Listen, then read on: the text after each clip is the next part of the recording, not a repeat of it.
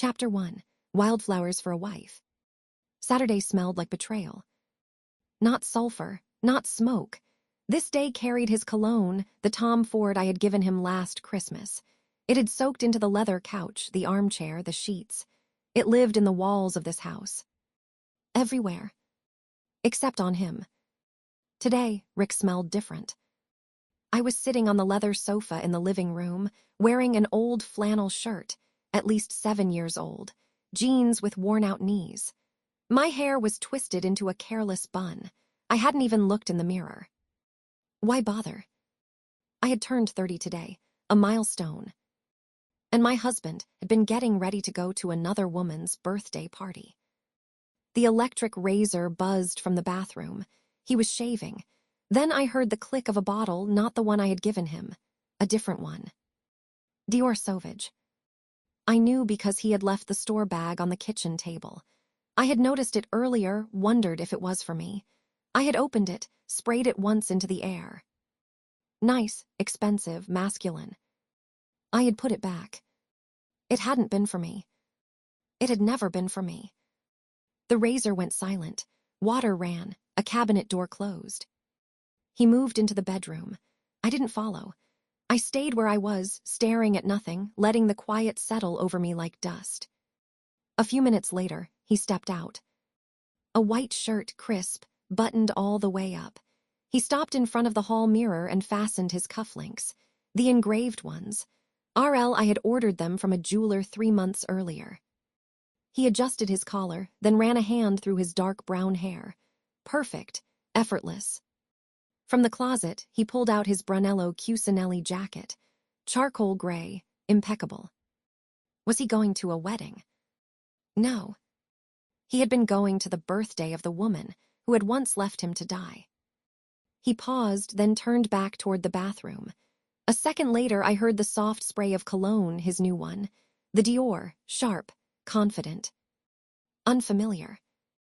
Nothing like the Tom Ford I had chosen for him. I had given him that bottle last Christmas. He had worn it for 3 months. Then Layla had come back. Now it sat on his dresser, almost full. He returned, fully dressed. Jacket on, tie, silver gray, perfectly knotted. He looked like something out of a fairy tale. That used to make my heart race. Now it made my stomach tighten. He walked into the living room and stopped at the edge of the rug, looked at me. For a second, something flickered in his eyes, something that might have been guilt. Then it disappeared. Ashley, his voice was soft, gentle, careful. I knew that tone. It was the apology voice. I didn't answer. I had already said everything this morning, and yesterday, and the day before that, and a week ago. He stepped closer and sat on the arm of the chair across from me, leaning forward, elbows on his knees, a posture designed to look open, sincere.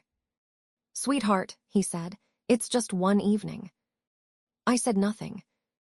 Layla's an old friend, you know that. Her life's fallen apart, divorce, depression. She's completely alone.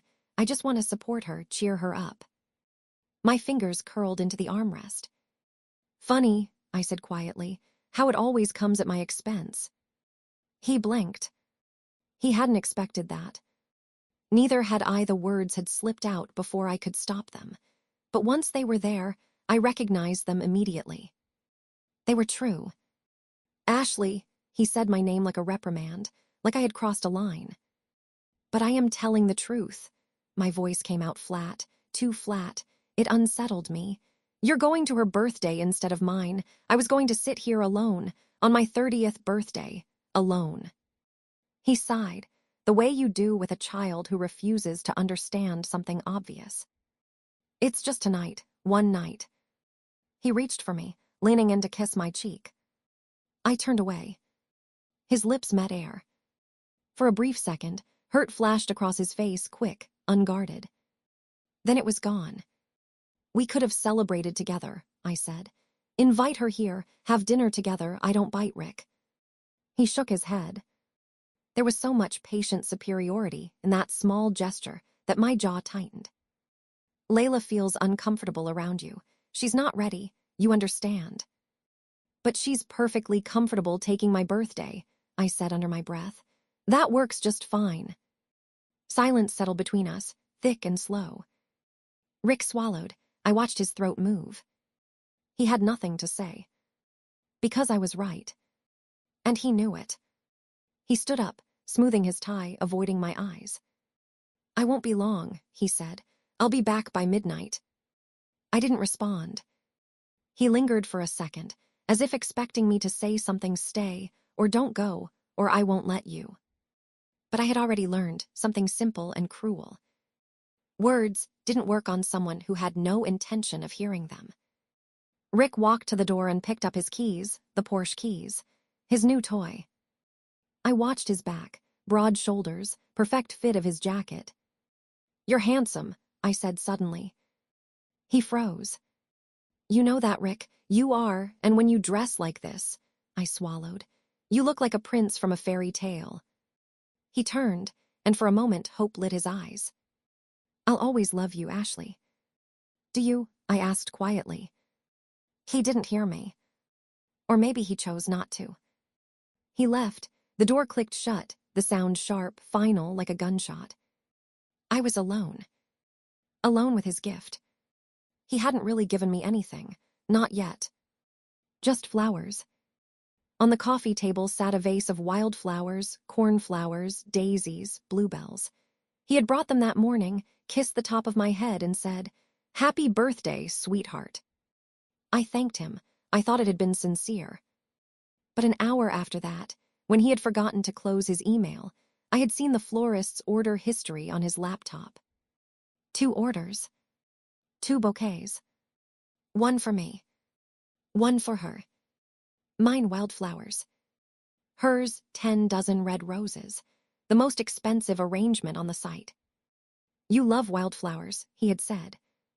I loved flowers from the man I loved. I had never said I hated roses. I walked to the window. The driveway was empty. His car had already disappeared, red taillights fading around the corner minutes ago. Happy birthday, Ashley, I whispered into the quiet. And somewhere deep inside me, I felt it, the last thin thread tying me to this house stretching, tightening. Ready to snap. Chapter 2, A Letter from Paris. It had all started a month earlier. I didn't want to remember that day, but memory had a way of betraying me. It kept replaying every detail, every word, every glance, as if I could still change something. I couldn't. It had been a Tuesday, an ordinary one. I had come home from work exhausted. We were launching a new PR campaign, and I had spent 5 straight hours in meetings. My feet had throbbed from my heels. My head had been buzzing. I opened the front door of our house, the one in suburban Nashville Rick had chosen because it's quiet and the schools are good. We didn't even have kids yet, but he had always lived 2 steps ahead. Something felt off. I kicked off my shoes and walked in. Rick was sitting at the table with a glass of whiskey. In front of him lay an envelope, thick, cream-colored, edged in gold. I smelled it before I even stepped fully into the room. Perfume. Not mine. It clung to the paper, soft, expensive, deliberately feminine. The kind of scent that lingered. The kind that stayed on skin and memory. Not just a letter. A presence. What's this? I asked. He looked up at me. There was something in his eyes, something distant, as if he were looking through me instead of at me. She's back, he said. I didn't ask who. I already knew. Layla. His ex, his first love, the woman who, 10 years earlier, had climbed out of a burning car and left him there. How? I asked, lowering myself into the chair across from him. She sent it with a courier, a letter. I picked up the envelope. The handwriting was small, elegant, deliberate, the kind of script that belonged to women who wore hats and drank tea from porcelain cups. Or left men to burn. What does she say? Rick took a slow sip of whiskey. His fingers trembled slightly. I noticed. She wants to meet, he said. Says 10 years have passed, that she regrets it, that she's been seeing a psychiatrist. Nightmares, panic. She says she didn't mean to run, she just panicked. I listened. My heartbeat stayed steady, unnaturally steady. Like the moment before a fall when your body goes very still because it knows what's coming. And you believe her. Rick met my eyes. I didn't want to see it, but I did. Hope. And something older. Something buried that had just been dragged back to life. I want to understand, he said quietly. Just meet her once, talk. I nodded. What else could I have said? No. He would have gone anyway. I knew Rick. He always did what he wanted. Okay, I said, meet her. But inside me, something gave way. Not loudly. Not dramatically. Just a clean, quiet snap, like a thread cut with scissors. That night, I didn't sleep. I lay beside him, listening to his breathing, slow, even, and stared at the ceiling. And I remembered. 10 years earlier. We had been in college. Rick Lancaster had been everything. Rich, handsome, the heir to a fortune that made people straighten when he walked into a room. I had been nobody. A girl from Montana, a small ranch, an exchange student. No one knew my name. Rick had been dating Layla. She had been a model, tall, dark-haired, with wide, luminous eyes. Together, they had been the kind of couple people couldn't stop looking at. Then the crash happened.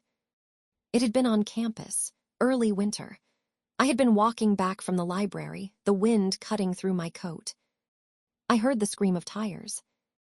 I looked up just in time to see a silver Mercedes lose control. It spun across the wet asphalt like something weightless, unreal. Then it slammed into a pole. I ran. I didn't think. I didn't hesitate. I just ran.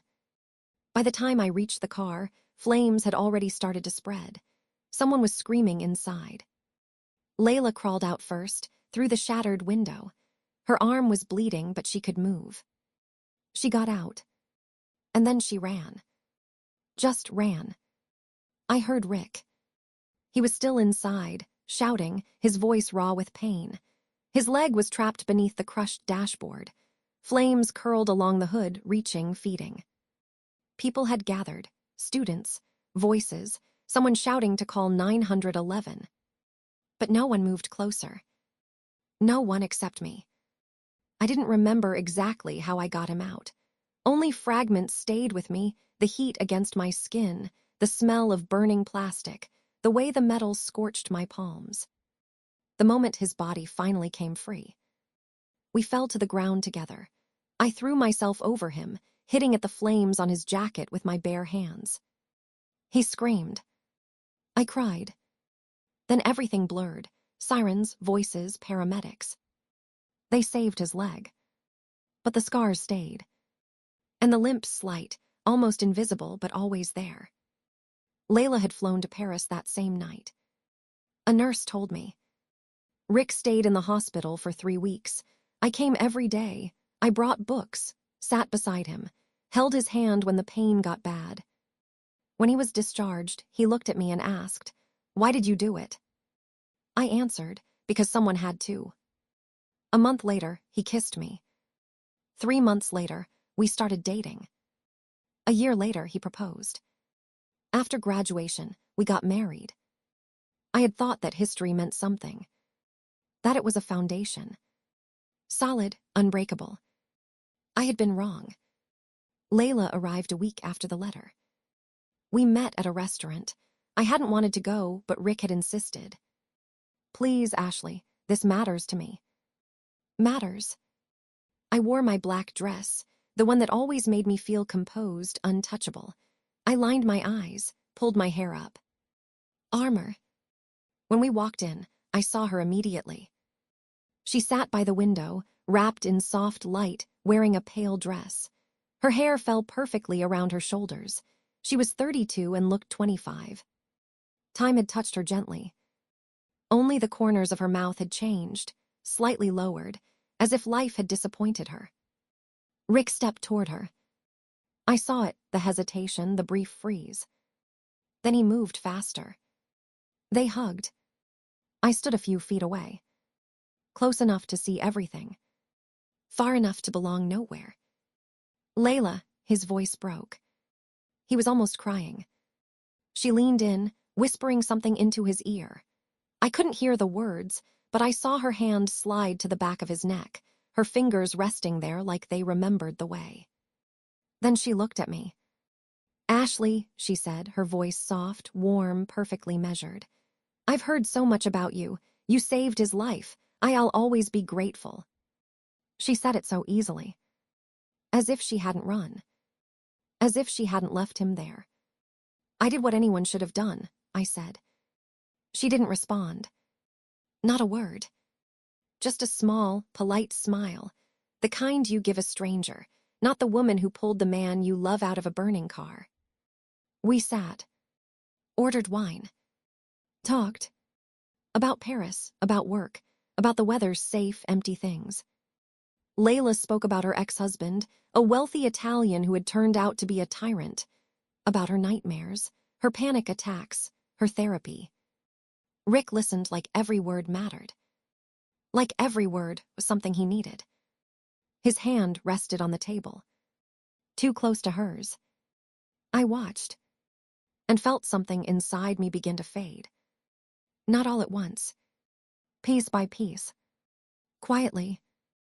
By the time we left the restaurant, there was less of me than there had been before. Outside, Rick took my hand. "Thank you, Ashley," he said. "You have no idea how much this means to me." I nodded. I understood. I understood exactly what it meant. I was losing him. Chapter 3. A month had turned into hell. Drop by drop, minute by minute. At first, it had almost seemed harmless. "Layla wants to invite us to dinner," Rick had said. "Old friends getting together. You don't mind, do you?" I hadn't minded. If anything, I had been curious. I wanted to see the people we'd gone to school with, the lives they'd built, the versions of themselves they had become. I dressed carefully, did my makeup, put on heels. We arrived at the restaurant. Mark greeted us first, Rick's old friend, now the owner of a successful coffee chain. He clapped Rick on the shoulder, kissed my cheek. "Where's Layla?" he asked. "Soon," Rick said. We waited. An hour. Then another. Layla never came. Instead, a message appeared. "Sorry, I have a migraine. Can't leave the house. So embarrassing." Rick read it with a strange expression. Not quite disappointment, not quite relief. Something in between. "Poor Layla," he said. "She's suffering so much." I said nothing. Dinner went on. We talked about work, politics, the weather, all the safe, neutral things people say when they don't want to notice what's actually happening. But I noticed. Rick kept checking his phone. Waiting. 3 days later, there was another invitation. A spontaneous meetup at a bar. This time, Rick said, Layla would definitely be there. Kevin would come too, another friend from back then, now working at an investment fund. "You're coming with me?" Rick had asked. I nodded. But at 5 o'clock, a message came. Not to Rick. To me. I didn't even know she had my number. "Ashley, sweetie, I'm so embarrassed to ask, but could you possibly skip tonight? I know this sounds awful, but I feel so ashamed about the accident. I'm afraid if I see you, I'll have a panic attack. Please give me time to adjust." I read it once. Then again. Then a third time. And then I handed the phone to Rick. He read it, shrugged. "She's right. She's not ready yet. Maybe you should stay home." I stared at him. "She's asking me not to come somewhere I was invited," I said slowly. "Ashley, don't dramatize. She's dealing with trauma. It's psychological. She left you to die, Rick, and now she wants me to disappear because she feels uncomfortable. That's her problem, not mine." We argued. I had been right, logically, morally, in every way that should have mattered. But he went anyway. Before he left, he kissed my forehead. "The way you comfort a child." "I won't be long." He came back at 2 in the morning. Slightly drunk. And smelling like perfume. Not mine. "How was the evening?"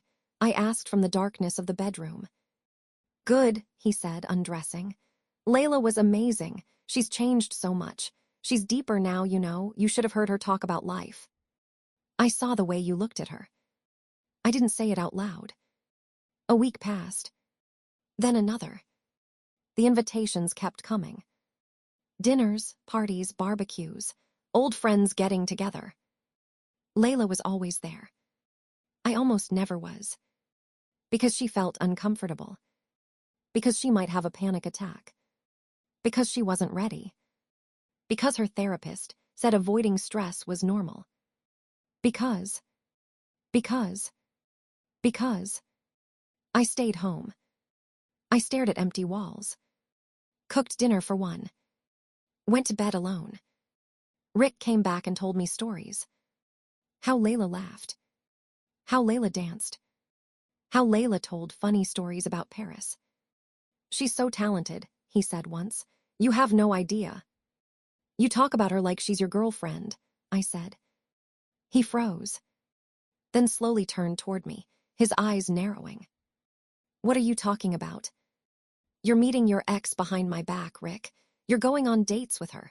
You leave me at home like something you've outgrown. They're not dates, his voice rose. Layla is struggling, she's fragile, she needs support, I'm helping her. And I do, I asked quietly. I don't need anything, I wasn't there that day. I wasn't the one who stayed. He hesitated. You're strong, he said finally. Like it was a compliment. Like it excused everything. You're using my strength as permission to be weak for her. He didn't answer. He turned toward the window. I saw his reflection in the glass, handsome, distant, someone I didn't quite recognize anymore. You're wrong, Ashley, he said after a moment. You're just jealous. Yes, I said. I'm your wife, I get to be. You shouldn't be. Layla is just a friend. She was your girlfriend. You were going to marry her. That was 10 years ago, before you saved me. The words landed harder than he intended. Not because he said them. Because he believed them. Had he carried that all this time? That I had come after? That I had been second? Did you ever love me? I asked. My voice trembled. I hated that it did. Of course I loved you, he said. Loved. Past tense. We both heard it. That night, he slept in the guest room. The first time in 10 years. I lay alone in our bed, staring at the ceiling. And for the first time, a thought came to me, quiet, dangerous, impossible to ignore. What if I had been wrong? What if the man I saved had never really been mine to begin with? Chapter 4. It had all fallen apart on a Wednesday. I had been at work, in the middle of a strategy discussion for a major client, when a message came through from Jennifer. She and I had grown close over the years. Her husband was one of Rick's friends, she had 2 kids, and she always seemed to know everything happening in our circle. Gossip wasn't quite the right word. She was information. The message was short. Call me when you're free. It's important. I stepped out of the conference room and dialed immediately. What happened? Ashley, Jennifer's voice sounded wrong, tight, uneasy, edged with guilt. I don't know how to say this, but you need to know. There was a dinner at Mark's last night. Layla was there, and Rick. I said nothing. We were talking about your birthday, about you turning 30, about the party Rick had been planning for you. She hesitated. And then Layla just broke down, started crying, said she hadn't celebrated anything in years, that her ex-husband was abusive, that she'd been afraid of even something as simple as blowing out candles, that she missed normal life. Friends, happiness. My grip tightened around the phone until my knuckles ached. And, I asked. My voice didn't sound like mine. And then she said, Jennifer exhaled slowly. She said she'd always dreamed of celebrating her birthday with Rick again, like before, that it would mean everything to her, just one normal, happy night. And since your birthdays fall on the same day, she trailed off. I closed my eyes. She started crying again, Jennifer continued more quietly, holding his hand, and Ashley the way he looked at her. Say it, I said. He looked at her like she was something precious, like he couldn't stand to see her hurt. A pause. He told her, "You deserve happiness, Layla. We'll figure something out." Silence pressed in around me. "You know your birthdays are the same day, right?" Jennifer added softly. "I know," I said. "I'm sorry." I hung up. I went back into the conference room, smiled, finished the presentation, answered questions like nothing had shifted under my feet. Then I drove home.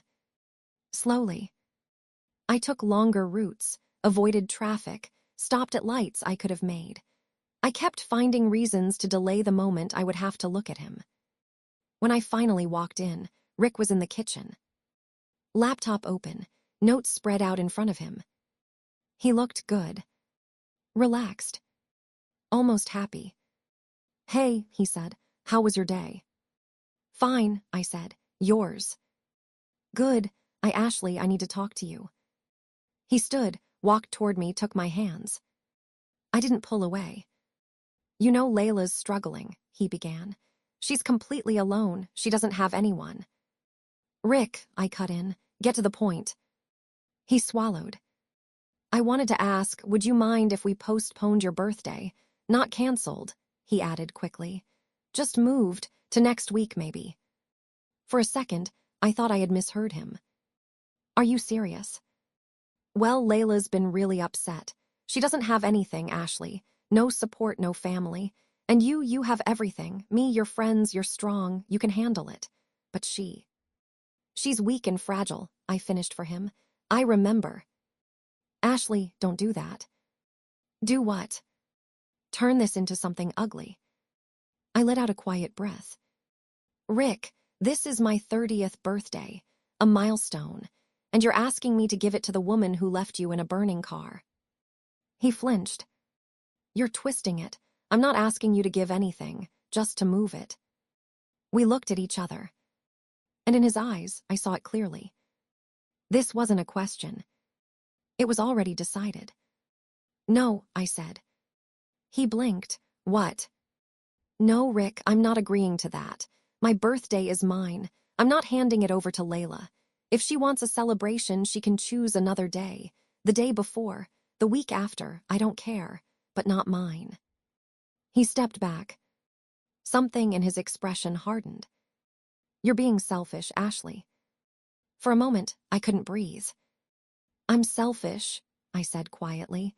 "I'm the one who sat by your hospital bed, who held your hand through surgeries, who stayed when things got hard, who gave you 10 years of her life." "Layla was crying," he snapped. "Do you understand that? She was crying and you're just what? Standing there arguing." "And what exactly should I be doing?" I asked. "Crying on cue. I'm sorry I don't perform on demand." He turned away, jaw tight. "I'm postponing the party," he said flatly. "I'll handle it." "You wouldn't dare." "I already did." The words landed without warning. "I called everyone," he continued. "Mark, Kevin, your friends. I told them we're moving your celebration to next Saturday, said it was a family thing." He hadn't asked me. Not really. He had just decided. I was still standing in the hallway, coat on, purse in my hand, like I had just walked into someone else's life. "You betrayed me," I said. My voice was quiet, steady. "You didn't even ask. You just erased my birthday, for her." "I'm trying to do something good," he said. "You're destroying our marriage, Rick," I replied. "I hope it's worth it." I turned and walked to the bedroom. I didn't cry. I couldn't. There were no tears left for this. Just a hollow weight in my chest. And a quiet, persistent thought I couldn't silence. You were the second choice. You always were. Chapter 5. He canceled my celebration. Not me, not Layla, him. Rick, my husband, the man I had given 10 years of my life to, the man I had pulled out of a fire, literally. He called every guest himself, my friends, my sister, even my coworkers, and told them the party had been moved to next week. 3 hours after our conversation, one of my friends texted me. "Ashley, I'm sorry, but Rick just canceled your birthday. I don't know what's going on, but are you okay? I read it once, then set my phone down. Then Anna called. Hey, my sister's voice had always been my anchor. Anna was 8 years older than me. After we lost our parents, Dad to cancer, and Mom a year later to a heart attack, like her body just gave up without him, she became my home. Ashley, sweetheart, she said, bright at first, too bright. Tom and I and the kids were planning to come this Saturday, you know that, but I just got Rick's message. Anna, my voice cracked before I could stop it. There's no party. What? Why? Because my husband postponed it to next week, and this Saturday he's celebrating his ex-girlfriend's birthday. Silence. Long enough that I checked the line to make sure she was still there. Ashley, is this a joke? No. You're serious? Absolutely. Oh my God, she breathed. Anna never swore, never. I'm calling that. Don't, not now. Why? Has he lost his mind? Yes, I said. He has, and I don't know what to do about it. You know what to do. Her voice changed, sharpened. You come here now, don't wait until Saturday. You have a home, Ashley. You always have a home with us. Anna, my throat tightened. If I leave now, it's over. Are you afraid of that? I didn't answer. Ashley, she exhaled. I love you, and I watched you love him. 10 years, sweetheart. 10 years you built your life around him. You deserve a man who doesn't trade your birthday for someone else's tears. I know. Then what are you still doing there? I need time. How much time? Until the end of the week, I said. Until my birthday, if he doesn't come to his senses. He won't, she said immediately, no hesitation. And I knew she was right. But I still needed that last illusion to hold for a little longer. Days passed, and I counted down to Saturday. We lived in the same house, like two people on different planets. I moved into the guest room, the same one I had slept in after our first real fight. I brought my things in silence. My clothes, my books, my makeup. He watched me from the hallway. What are you doing? He asked. What I should have done earlier. You're sulking, Ashley. I'm not sulking, I said without looking at him. I'm protecting myself. From what? I finally met his eyes. From you. He opened his mouth, then closed it again, like he couldn't decide which version of himself to use. I walked past him before he found one. I built my life on a schedule after that. I left before he woke up, came back late 9, sometimes 10. If he tried to talk to me, I answered in short sentences, polite, controlled, like he was someone I barely knew. Dinner's ready, he said one evening. I already ate. I got movie tickets. Maybe another time. Ashley, he said sharply, you can't just shut me out like this. We're married. I set my cup down and looked at him. Married people don't cancel their wife's milestone birthday to go celebrate their ex, I said. Normal married people don't do that. She's not just an ex. She's Layla, she. Do you hear yourself? I interrupted. His jaw tightened. You say her name like it means something sacred. Silence stretched between us. I stood, picked up my cup, and walked toward the bedroom. At the doorway, I stopped. Do you know what hurts the most? I said without turning around. What? I saved your life. If I hadn't pulled you out of that car, you would have died, burned alive.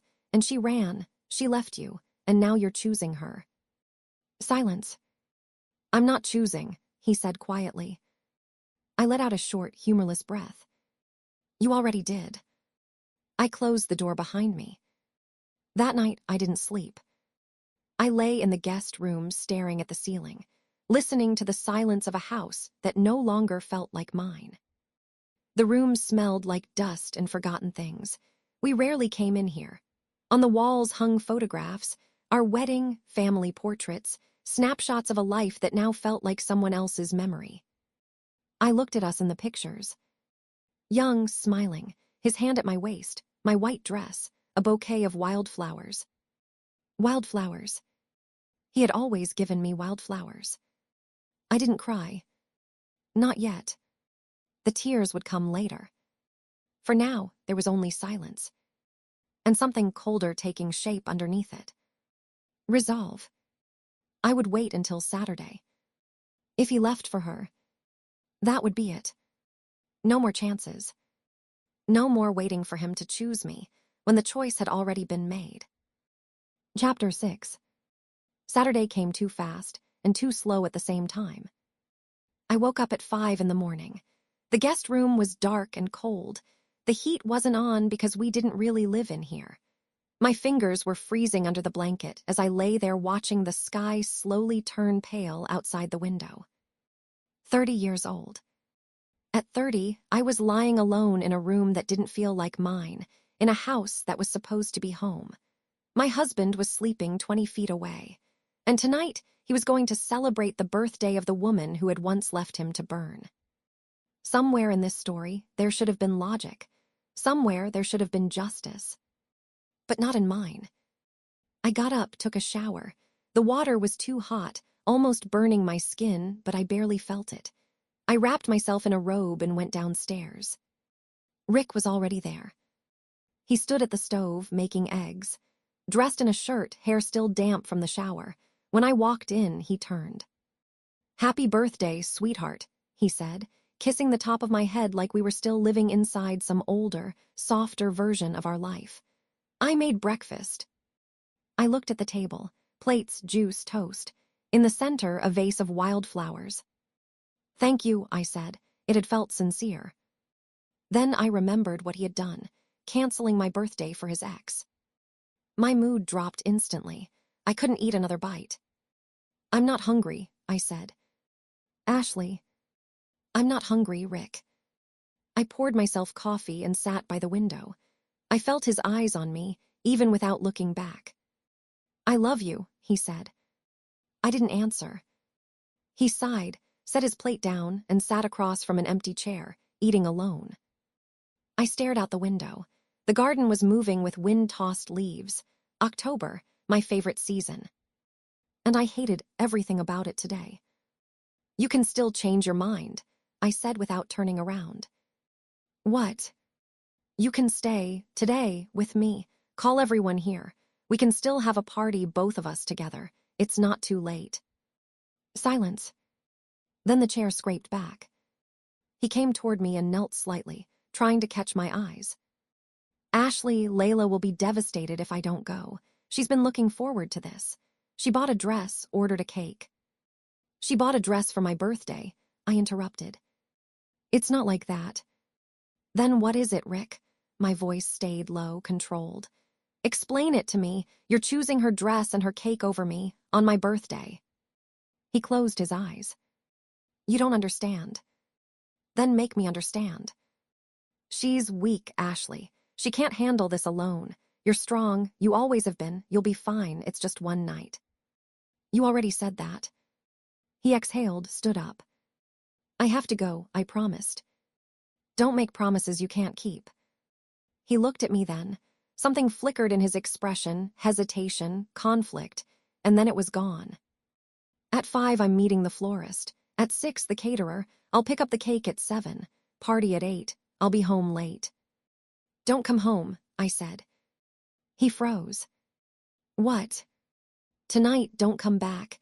If you're choosing her party over mine, don't come back here afterward. Stay with her, or at Mark's, I don't care. But don't come back to this house." "You're not serious." "I am." We stood there staring at each other. For a moment, I thought he might finally see me, really see me. Instead, he shook his head. "You're saying stupid things, Ashley." "This is our house," he added, then corrected himself, quieter, sharper. "Honestly, more mine than yours." I flinched. Something in me tightened. "You know what?" he said, narrowing his eyes. "I think I'll have breakfast somewhere else." He grabbed his keys and left. The door closed behind him, and I stayed in the kitchen alone. I don't remember how long I sat there. 10 minutes, 20, maybe half an hour. I drank my coffee. I didn't cry. Not then. I just sat there, feeling something inside me slowly tear apart quietly, without drama, just inevitability. Then the messages started coming in. My sister, my friends, my coworkers. Happy birthday, little sis. I'll call tonight. I believe in you. Anna. Happiness, health, love. A coworker. Ashley, I'm sorry for everything. You deserve better. Jennifer. I read each one as it came in. I replied to all of them, thanking them. But I didn't smile. And somewhere in the middle of it, a thought formed, sharp, unexpected, clear. If this kept going, I wouldn't stay. I would leave. I needed my documents. They were in his office. I went upstairs. When I was near his workspace, I accidentally moved the mouse, and the screen lit up. A florist order was on the screen. 2 entries. 2 bouquets. 1 for me. 1 for her. Mine wildflowers.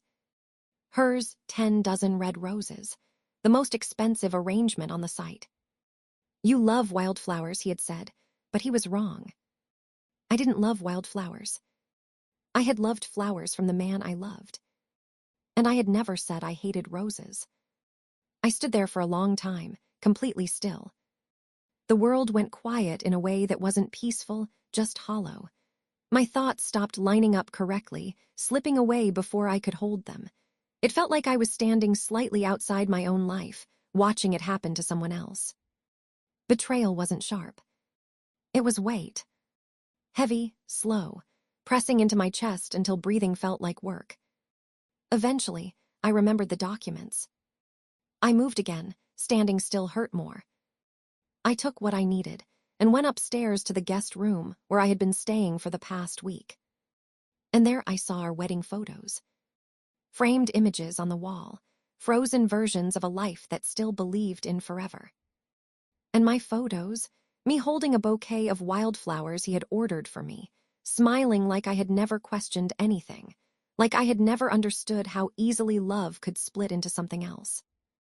I stood there, unable to move, looking at a version of myself that suddenly felt foreign, like she belonged to someone I used to be. Someone I didn't recognize anymore. I used to think it was romantic, simple, real, unperformed, unlike roses. Now I understood. Roses were for Layla. They always had been. I had just been too in love to see the difference. Stupid, I whispered into the dark. So stupid. Chapter 7. He came back a few hours later, went straight into the bedroom like a stranger, or like someone who had stopped pretending. We had existed in the same house for an entire day, half a day, really, in what felt like a state of war over a woman who had once left him to burn in a car. And then, in the early afternoon, something shifted. I felt it before I saw it. He started getting ready. He shaved again, second time that day, got dressed, put on cologne.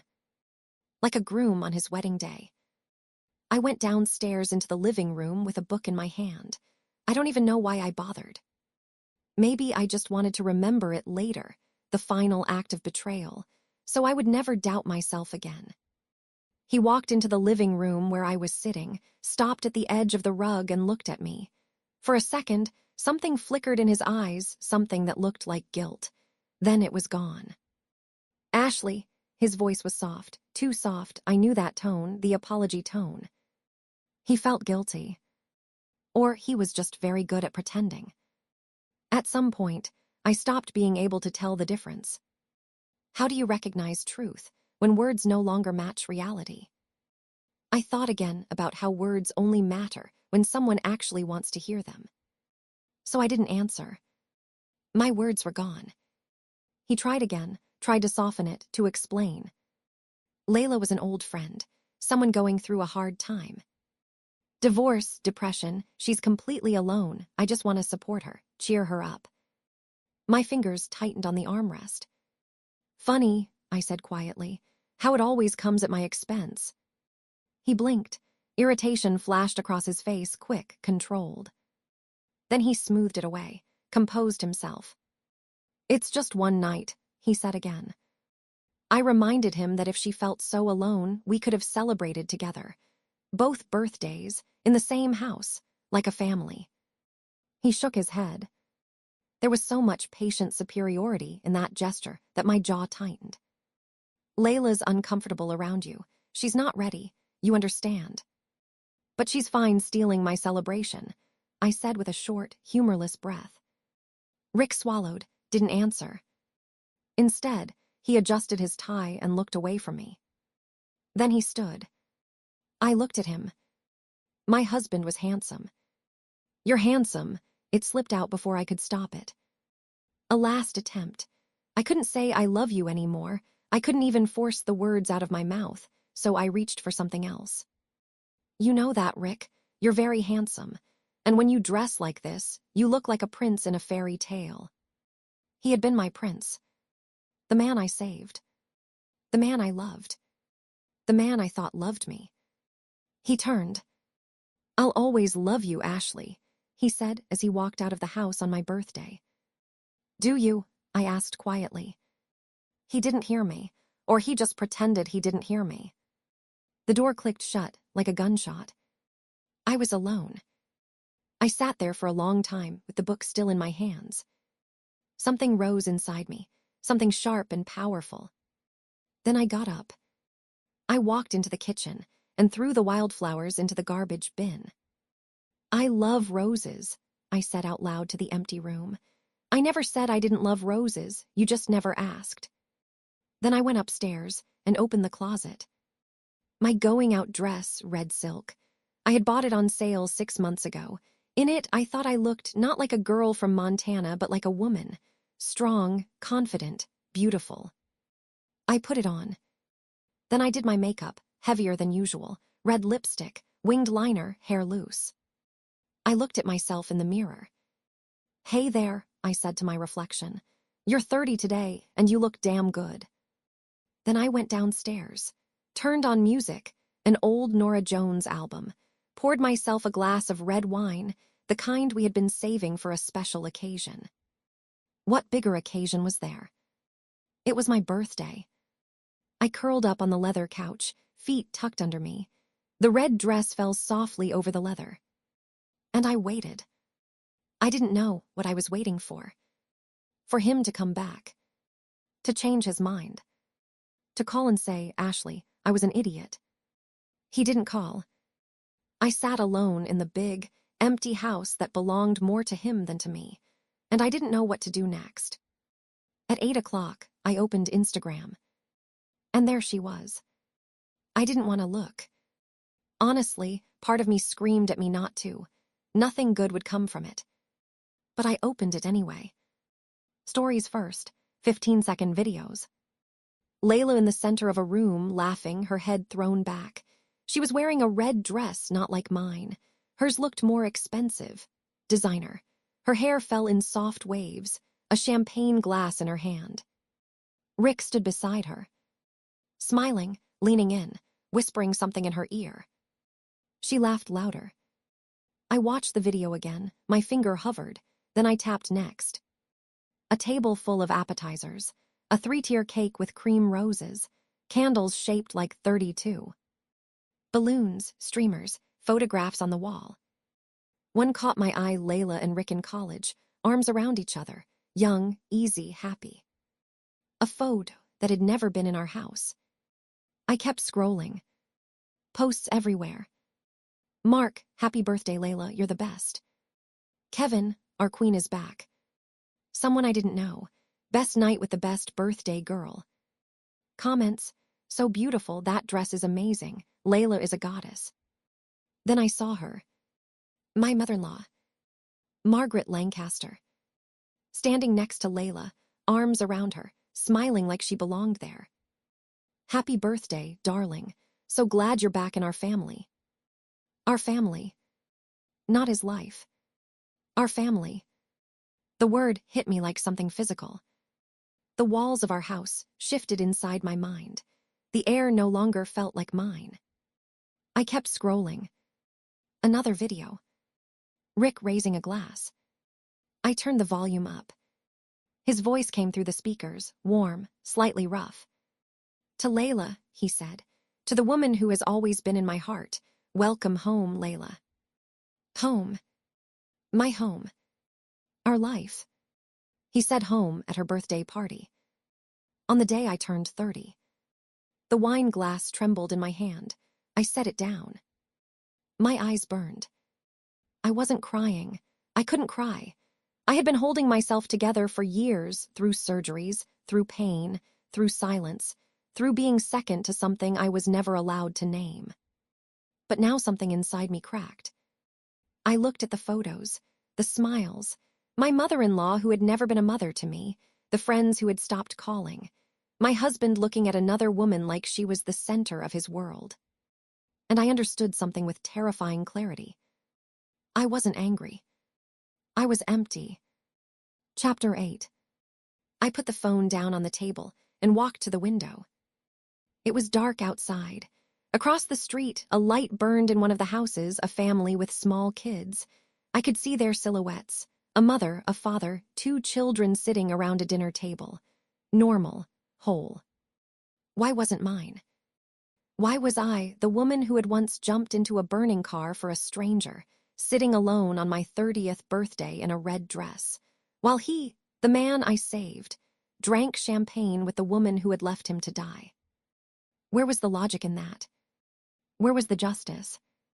I went back to the phone, scrolled further, and then I saw it. A comment. Under a photo of Layla and Rick, the one where they stood together and his hand rested on her waist, someone I didn't recognize had written, "Isn't that the girl in the corner, Rick's wife? Why isn't she in the center?" Layla's friend replied, "That's Ashley. She couldn't make it, I think, work or something." I stared at that. Couldn't make it, work or something. They hadn't even lied properly. They had erased me with something casual, convenient, not to protect me, but because it was easier than explaining I simply hadn't been invited. I poured more wine, then finished the glass and poured another. My fingers shook when I opened Reddit. I logged into an old account I barely used.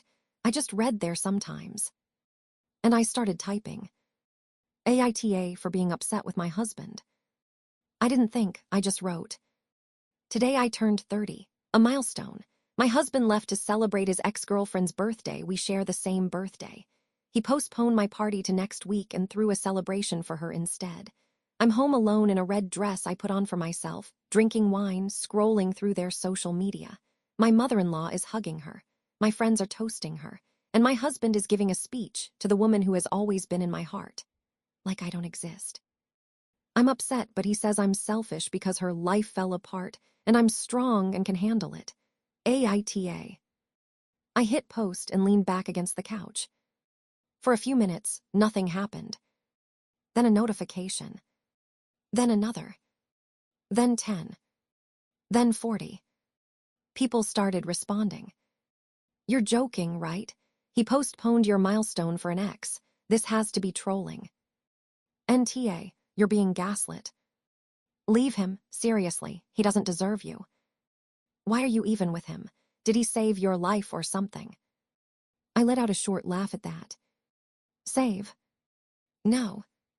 I had saved him. I started replying, adding details. The crash, Layla running, 10 years, wildflowers and roses, the hospital nights, his scars, holding his hand when he couldn't sleep. Of course, I kept it private. No names, just husband, his ex, my life. Each reply felt like reopening a wound I had learned to live inside, but I kept going anyway. Because someone needed to hear me. Because Rick wasn't hearing me. Because I had been quiet for 10 years, tolerating, smiling, being strong. I was tired of being strong. I wanted to be loved. At 2 in the morning, I was still on my phone. The wine was gone. My eyes were heavy. My fingers ached from typing. I read one last comment. "You deserve better, honey. Leave him. Don't look back." I stared at it. Leave, don't look back. But where? The house was in his name. The car was his. The money belonged to his family. I had only what I had earned myself, modest but mine, and my sister. I had Anna. I picked up my phone and called her. She answered on the second ring, voice thick with sleep and concern. "Ashley, what's wrong?" Anna, my voice broke. Can I come stay with you? Of course, sweetheart, of course. Did he? He went to her, I said. To Layla for her birthday. I'm alone. Silence. Then her voice changed completely. I'm coming to get you. No, I said quickly. Don't. I'll come myself tomorrow morning. I'll get a ticket. Can I stay with you for a while? Ashley, you can stay as long as you want. You know that. I closed my eyes. For the first time that night, something in my chest loosened, not pain, not anger. Something warmer, familiar. Home. Thank you, I whispered. Don't thank me, she said softly. I'm your sister, I love you, come home. I will. I hung up. Opened the airline app. Booked a 6:45 a.m. flight. Packed a bag fast without thinking. Only essentials, documents, laptop, a few clothes, a book. At exactly 4 a.m., I walked out of the house. It was quiet, dark, the kind of quiet that remembers everything. I left the keys on the hallway table, so he would find them when he came back. Then I called a taxi.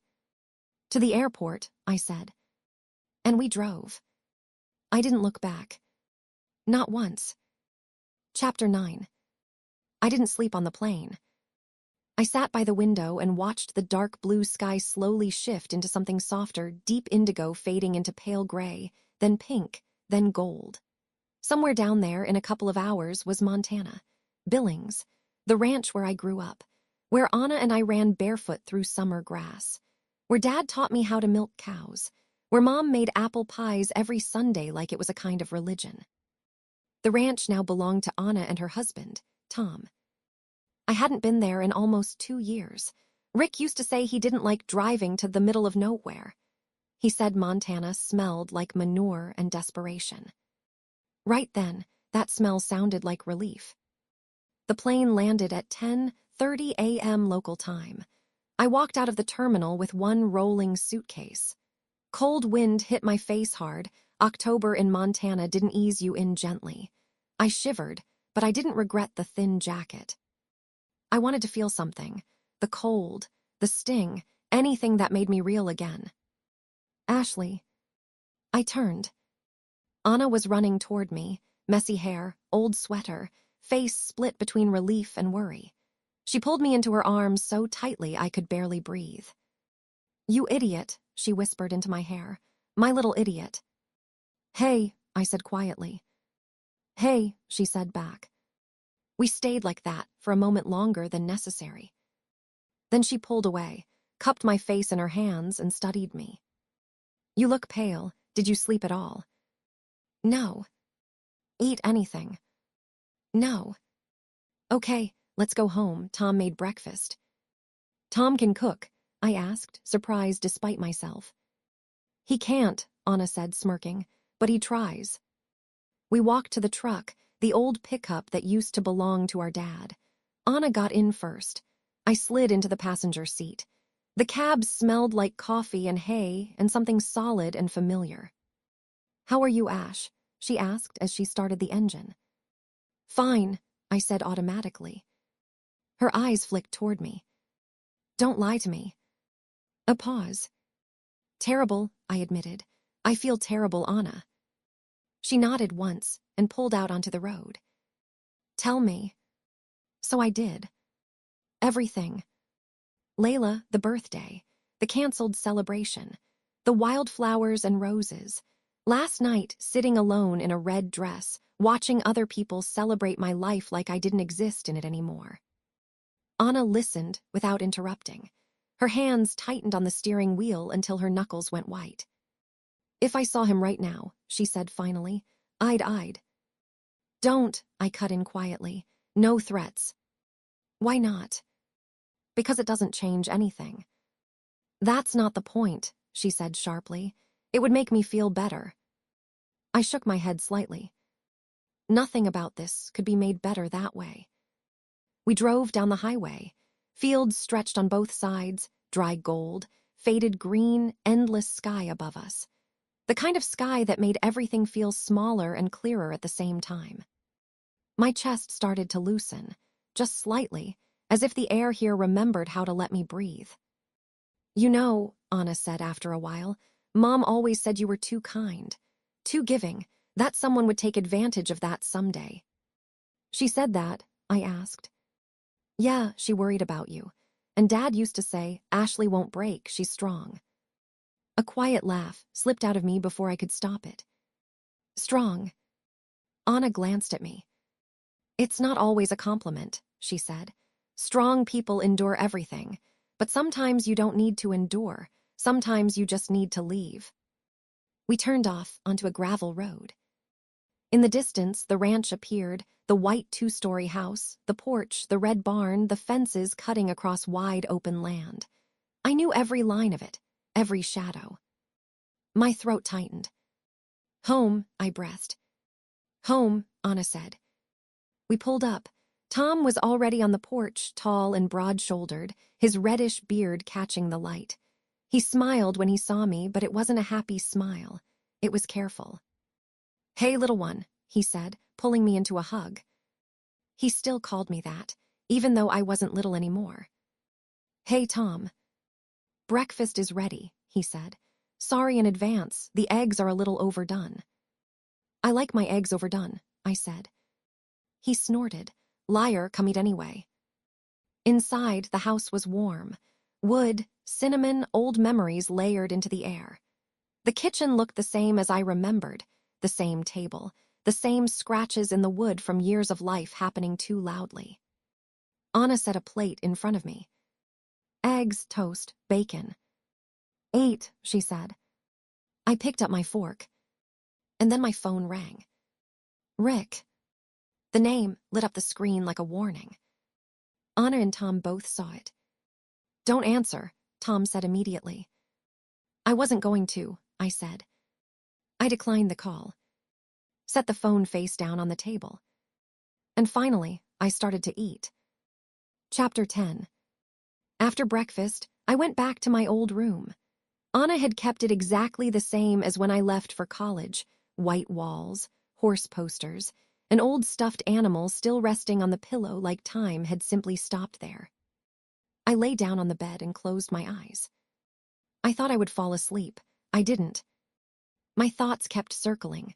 Layla, Rick, wildflowers, the red dress, his smile in those photos, to the woman who has always been in my heart. I reached for my phone. Missed calls, 14 from Rick, 3 from his mother, 2 from his father, 1 from Mark. Messages, Ashley, where are you? Ashley, answer me.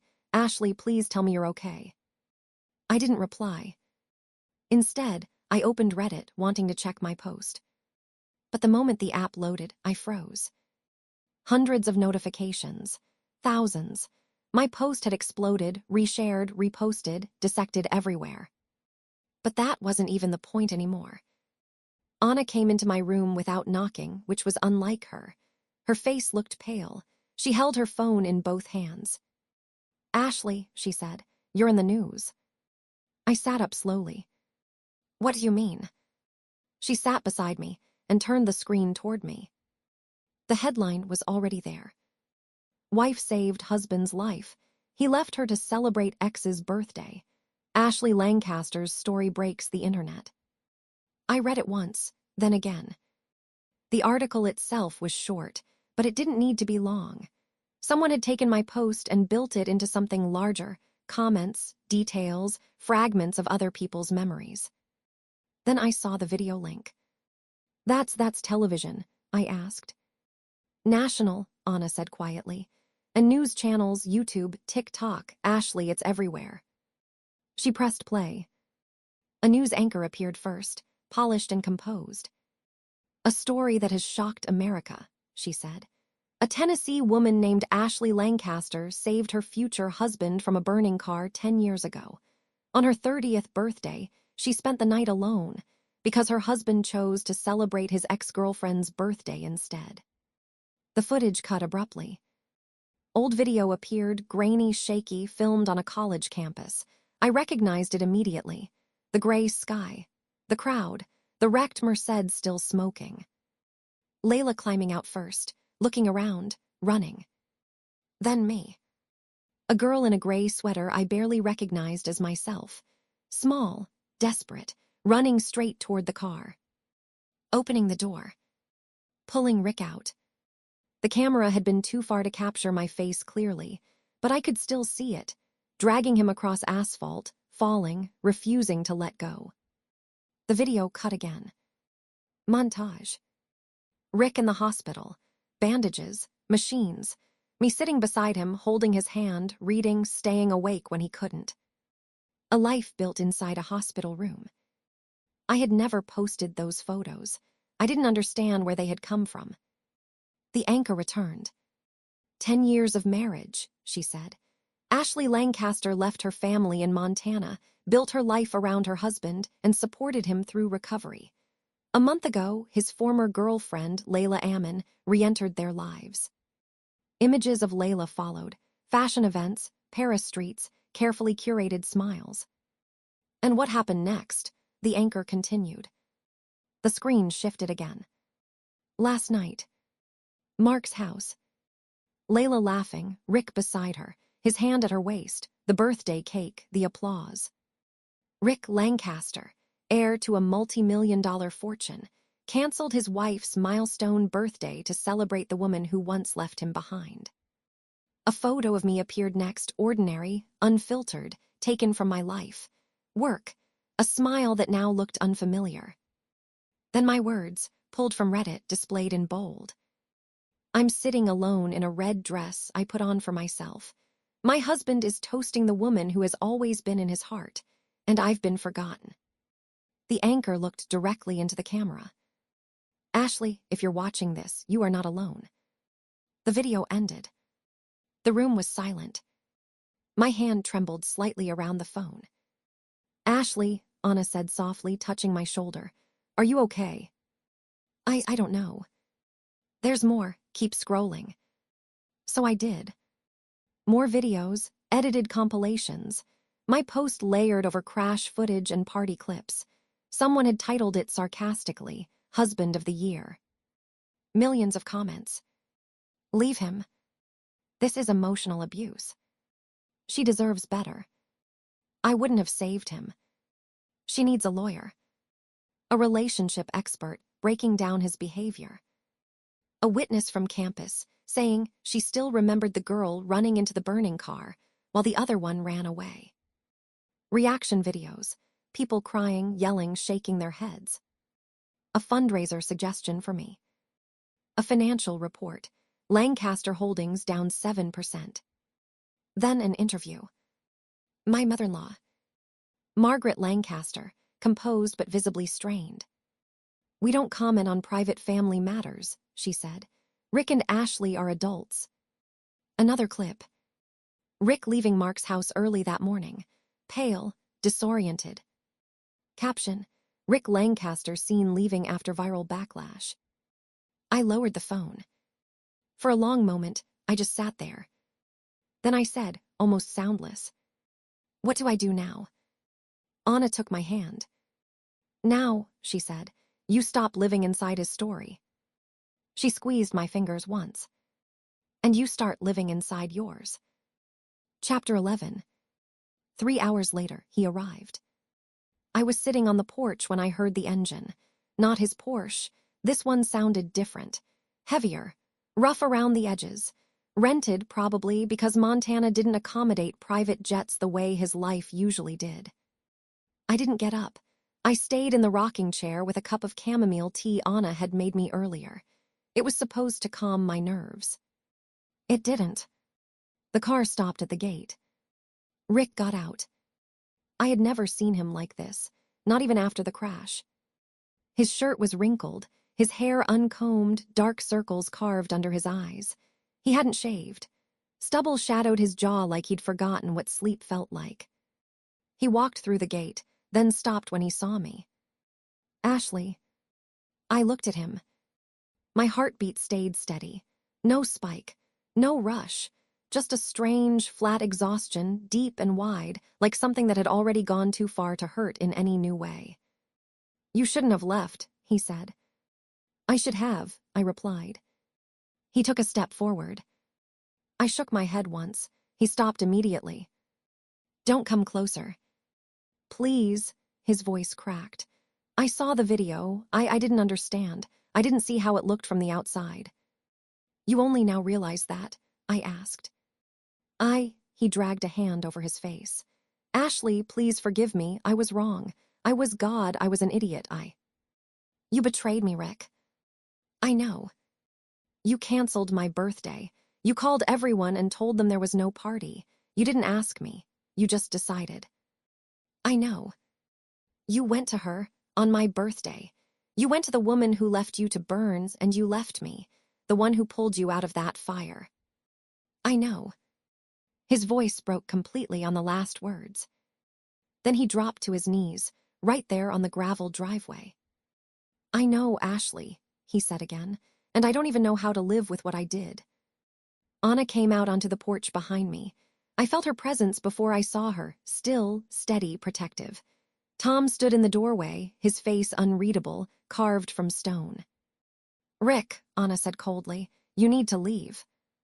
No, he looked up at me. Ashley, tell me what to do. Tell me how to fix this. There's nothing to fix. There has to be something. Anything, I'll do it.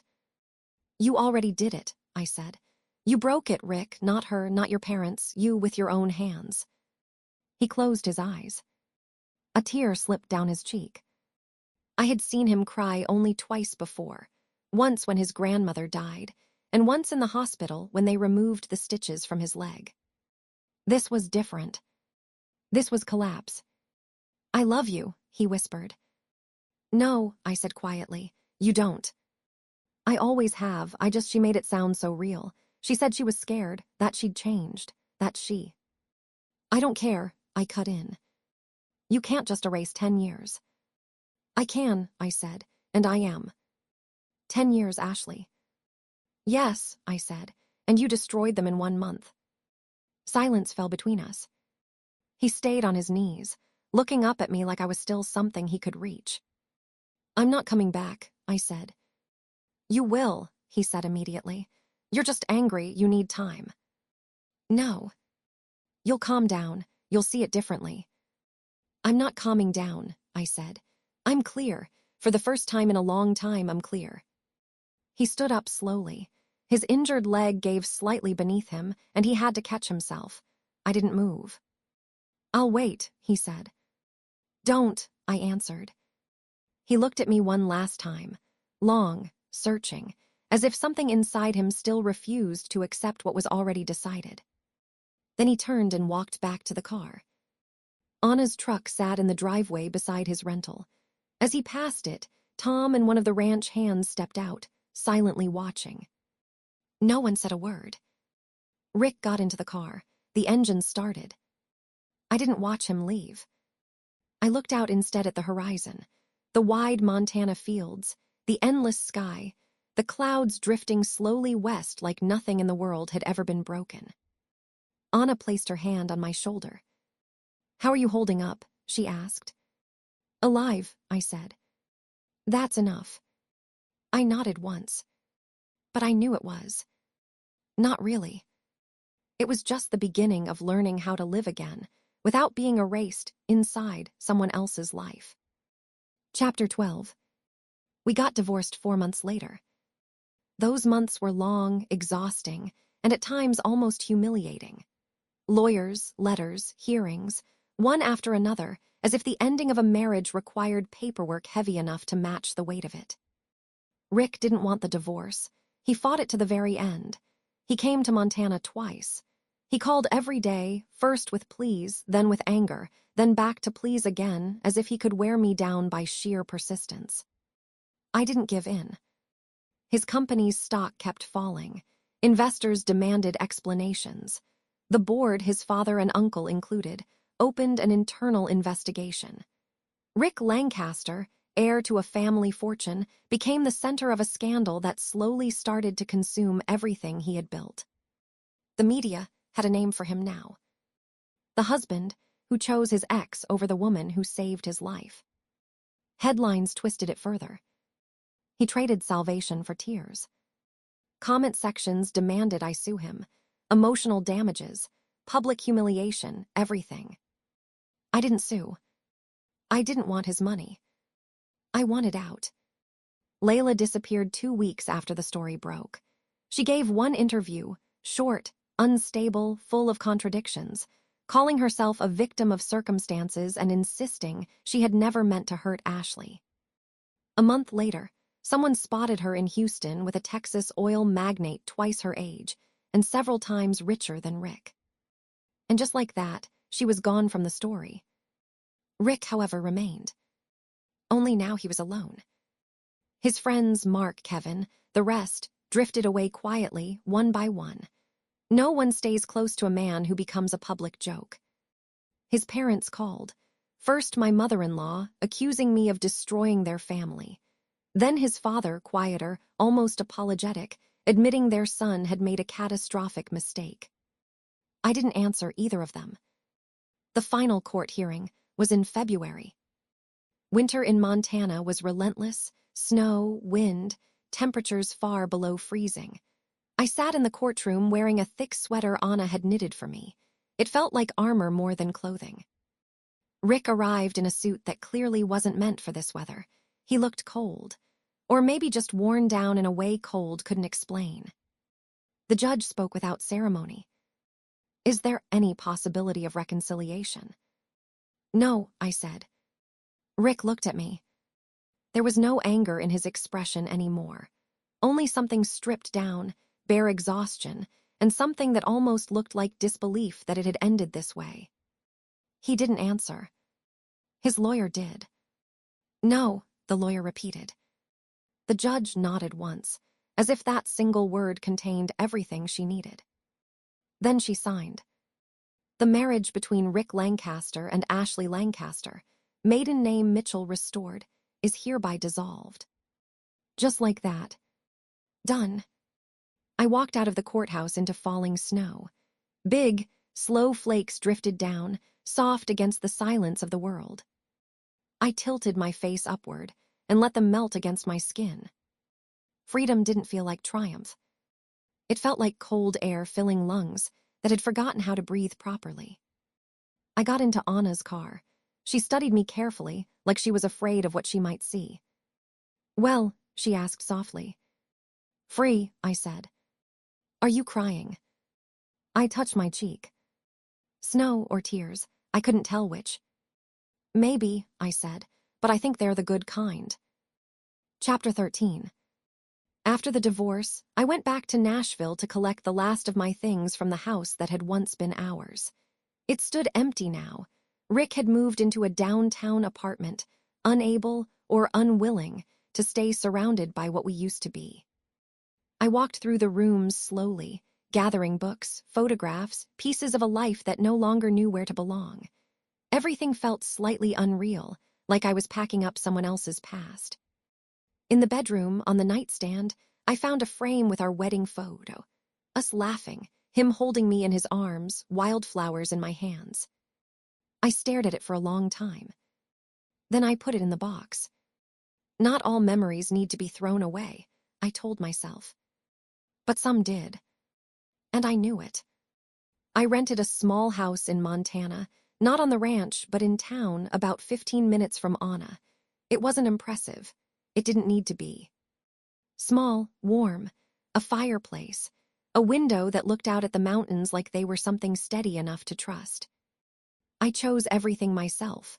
Simple furniture, soft colors, nothing loud, nothing that demanded attention. I didn't want a life that performed anymore. I just wanted one that felt like mine. I found a new job as a communications director at a small agricultural company. It wasn't glamorous, but it was solid. My skills mattered there. My coworkers were kind in a way that didn't feel performative. In the evenings, I walked through town, sat in cafes, read books in the park. Sometimes I had a glass of wine alone, but solitude no longer felt like something that pressed against my ribs. It felt quiet. And quiet, I realized, was not the same as loneliness. I wasn't looking for a man. I was looking for myself. And maybe that was the point, because I wasn't looking for love at all when I found it. I found Jake. That day, I had been helping Tom at the ranch. He and Anna were expanding, buying more cattle, needing extra hands wherever they could get them. I showed up on a Saturday morning in old jeans and boots and started hauling hay like I belonged there. Tom called out from across the barn, "Ashley, this is Jake. Old friend of mine. He's helping with the fencing." I turned. He was taller than I expected. Broader shoulders, sun-browned skin, dark hair with gray at the temples. Around 40, maybe a little more. He smiled easily, no hesitation in it. Real, uncomplicated. "Hey," he said, "I've heard about you." "Good things or bad things?" I asked, wiping dust from my hands. "Good," he said, "that you're strong." "That's not always a compliment," I replied before I could stop myself. "I know," he said. "Strong people survive things, but sometimes they need someone who doesn't make them do it alone." I studied him for a moment. He didn't look away. "Are you always this direct?" I asked. "Only with people who can handle it." We worked side by side all day, fixing fences, moving cattle, sharing coffee from a dented thermos. He didn't ask about Rick. Didn't circle the past like it was something to reopen. He just talked about the land, the work, and his daughter. He had a 10-year-old girl he was raising alone. His wife had died of cancer 5 years earlier. I didn't ask how he survived it. I already understood enough. "Is it hard?" I asked quietly at one point. "Being alone?" He nodded once. "Yeah, but it's still better than being with someone who makes you feel alone inside the relationship." I didn't respond. I didn't need to. The wind moved across the fields, low and steady. Somewhere far off, a horse called out. The sky stretched wide and uninterrupted, the kind of blue that made everything feel temporary and permanent at the same time. Jake glanced at me. "Can I take you to dinner sometime?" I considered it, not as a reflex, not as an escape, just as a choice. "Yes," I said. He smiled. I did too. And for the first time in longer than I could measure, I didn't feel like I was carrying something breaking inside me. I felt something much quieter. Lightness. Not happiness yet. But the absence of weight was its own beginning. Chapter 14. We got married 2 years later. Jake didn't propose in any grand, cinematic way. He simply showed up at my house one afternoon, set a bouquet of red roses on the table, he remembered, and said, "Ashley Mitchell, I want to grow old with you. Is that okay?" I said yes. The wedding was small in Anna's garden. I wore a white dress, simple with embroidery along the sleeves. No veil, just a wreath of fresh flowers, roses, red and white. Jake waited for me at the makeshift altar. His daughter Sophie was the flower girl, scattering petals down the aisle like she took the job very seriously. My nephews were junior groomsmen. Anna cried. Tom just smiled like he'd known this ending all along. A year later, Lily was born. Small, dark-haired, with Jake's eyes and my smile. I held her against my chest and cried anyway, not from pain this time, but from something I hadn't fully trusted yet. Happiness, real happiness. The quiet kind that doesn't announce itself. "Mama," Sophie asked, confused, "why are you crying?" "They're good tears," I said. "Happy ones." She didn't understand. Not yet. One day she would. And Rick. I still saw him sometimes in the news. After the scandal, he was pushed out of the board. The family company never fully recovered. The Lancasters lost money, influence, and the kind of authority that doesn't come back once it's gone. He tried to rebuild his life. There were relationships. A social media influencer who used him for attention and left within months. A lawyer who eventually called him emotionally unstable and walked away. His parents aged fast after everything. Margaret disappeared from public life. His father quietly sold part of the business to cover losses. Rick ended up in a Nashville apartment alone. I heard he got a golden retriever, walked it in the park, kept to himself. Then, 3 years after the divorce, his lawyer called me. "Ms. Mitchell," he said, using my maiden name, "Mr. Lancaster asked me to send you something." What is it? I asked. A letter. He wrote it a week after you left for Montana. He never sent it. I don't want to read it. He said you don't have to, but he'll wait. I hung up. The envelope arrived 2 days later. I held it in my hands longer than I expected to. Heavy cream paper, gold lettering. Familiar in a way that made my stomach tighten before I even opened it. Just like the courier envelope from years ago. Just like the beginning of everything that had fallen apart. I opened it. Inside was a single page, covered in handwriting I knew too well. Ashley, I don't deserve for you to read this, but I need to write it anyway. I was blind. I thought your strength meant you didn't need anything. If you didn't show me you were falling apart, I convinced myself you were fine. I was wrong about everything. Layla lied to me, I know that now. There was no treatment, no fear, no helplessness. She was bored. She used me because she could. I wasn't important to her. I was just convenient. And you were my life. I lost everything. My company, my friends, my family's respect. But none of that matters compared to losing you. I'm not asking you to forgive me. I know I don't get to ask for anything anymore. I just need you to know you were the best thing that ever happened to me. And I was the worst thing that ever happened to you. I'm sorry. Rick. I read it twice. Then I folded it, opened my desk drawer, and put it away. Who's it from? Jake asked, walking into the kitchen with Lily on his shoulders. She was laughing, tugging at his hair like she was testing how much chaos he could handle. A letter from the past, I said softly. Are you okay? I looked at him, at the ease in his face, at the life we had built without breaking each other in the process. At Lily, at Sophie. At the quiet, ordinary happiness I never knew how to trust at first. I'm perfect, I said.